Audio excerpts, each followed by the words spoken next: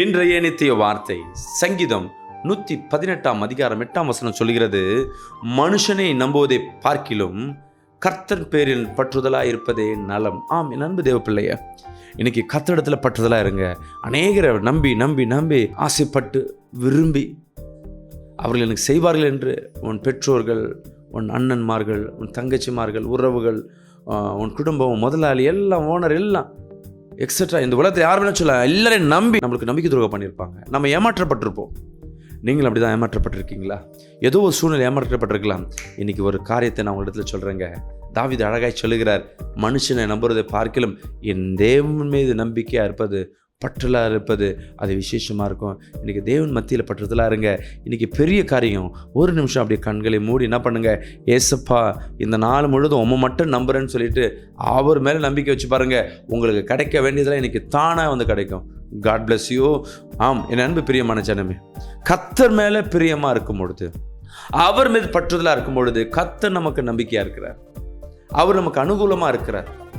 ஒரு சகோதரன் இவ்வாறாக சொல்லுகிறார், என்னிடத்துல நான் ஒரு கம்பெனியில் வேலை செஞ்சுட்டு இருந்தேன்.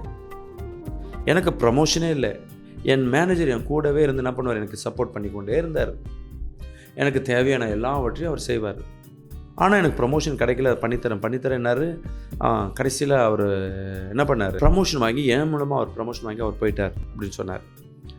அவர் போன பிறகு எனக்கு நம்பிக்கை போயிடுச்சு. ஏன்டா இந்த கம்பெனியில் இருக்கும், என்னை யூஸ் பண்ணி அவர் போயிட்டாரு, எனக்கு உதவி செய்ய யார் இருக்கா அழுவுறார். வேலைக்கு போகவே பிடிக்கல, என்ன பண்ணுறதுனே தெரியல.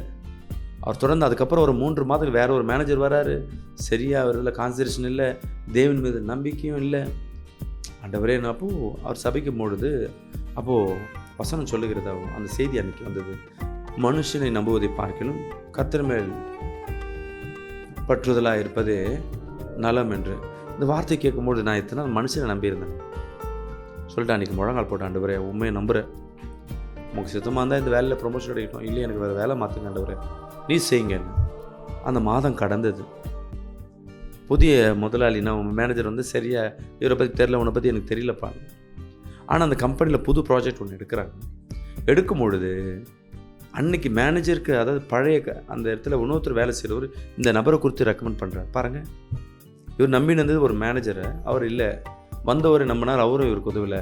கடைசியில் கர்த்தர் ஒரு நபர் மூலமாக இவருக்கு ஒரு ப்ரொமோஷன் கிடைக்கும், தலையை உயர்த்தும் கர்த்தர் செய்தார். அப்போ தான் அவருக்கு நம்பிக்கை இருந்தது, மனுஷனிடத்தில் கெஞ்சி இருக்கிறத காட்டிலும் தேவனிடத்தில் பற்றுதலாக இருக்கலாம்னு சொல்லிட்டு இன்றைக்கும் வந்திருக்கிற நண்பு ஜனமே, இன்றைக்கி கர்த்தர் உங்களுக்கு பேரில் சந்தோஷப்படுகிறவராக இருக்கிறார்.